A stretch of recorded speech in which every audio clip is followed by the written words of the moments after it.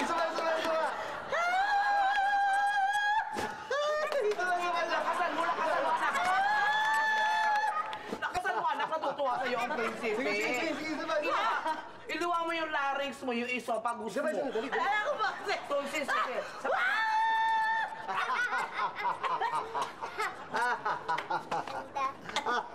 Ano ba? Sila.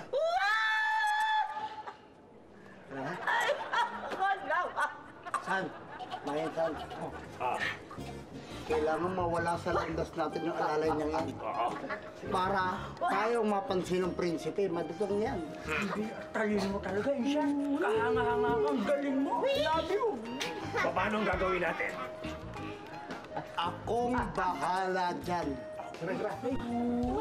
Ano ba, Clinton, bitawan mo. Ano ba? Okay na, mayaman naman daw eh. Mahal na prinsipe, paumanhin po. Alam kong baka nabubulag lang kayo kay sa anumang gayumang pinakain sa inyo ng emang yan. Pero, eto na po ang tunay na maganda, si Kat. Walang lugar ang babaeng yan sa kaharian namin. Ang kagandahan ni Emma, ang kailangan ko.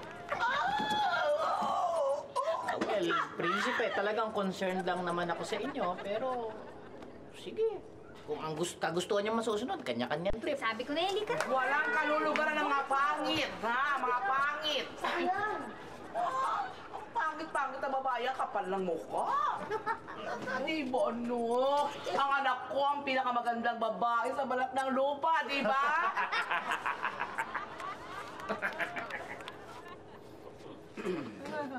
Sa halagang 1,000, ang anak ko ang pinakamagandang babae sa balat ng lupa. Ang ganda niya. Ang ganda! Emma, mahal na kita, Emma. I love you.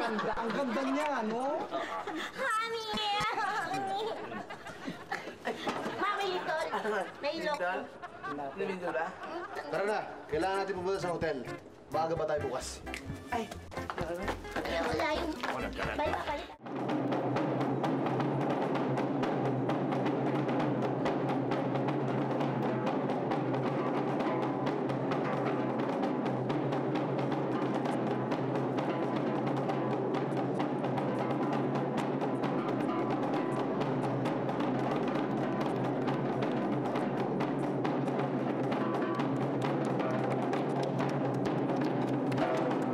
Simulan ang kasalan. Emma, natanggap mo ba ang prinsipe na maging asawa? Opo. Hindi pa ako tapos. Mag-asama kayo sa hirap at hirap, sa lungkot at lungkot, sa sakit at sakit, hanggang sa kamatayan siya nawa. Teka lang po ba't puro ata ho negative ang sinasabi niyo sa akin? Papangit? hindi lang pa, walang galang lang. Sige, doon ka muna. Ikaw, alam mo, ang dahil mong tanong dahil kang sat-sat opo lang, opo.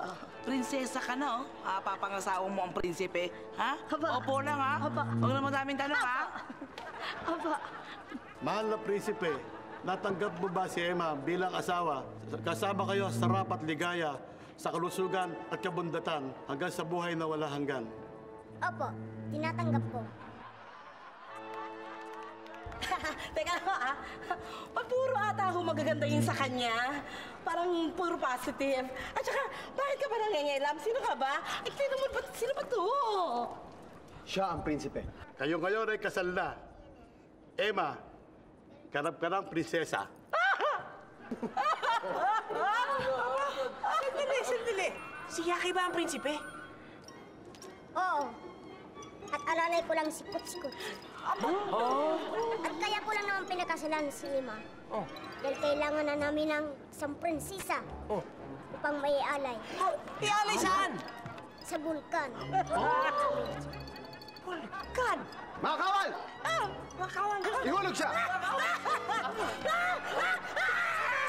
Si Emma! Ihulog sa bulkan!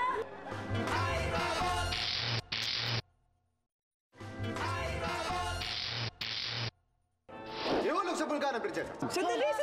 Yaki, bakit nyo kailangan gawin ito? Ikaw na magpaliwanag, Kutsi-Kutsi.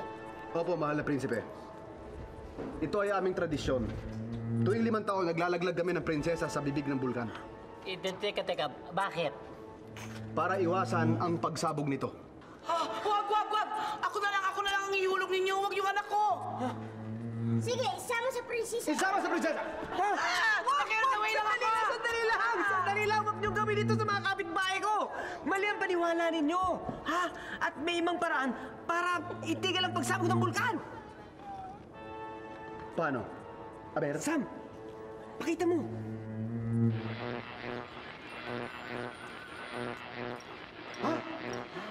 Kita niyo? Ayan, oh. Ang galing talaga ni Sam! Palakpakan natin, Sam! Bulkan! Kumakalak pa! Ay, Yes! Kuchi!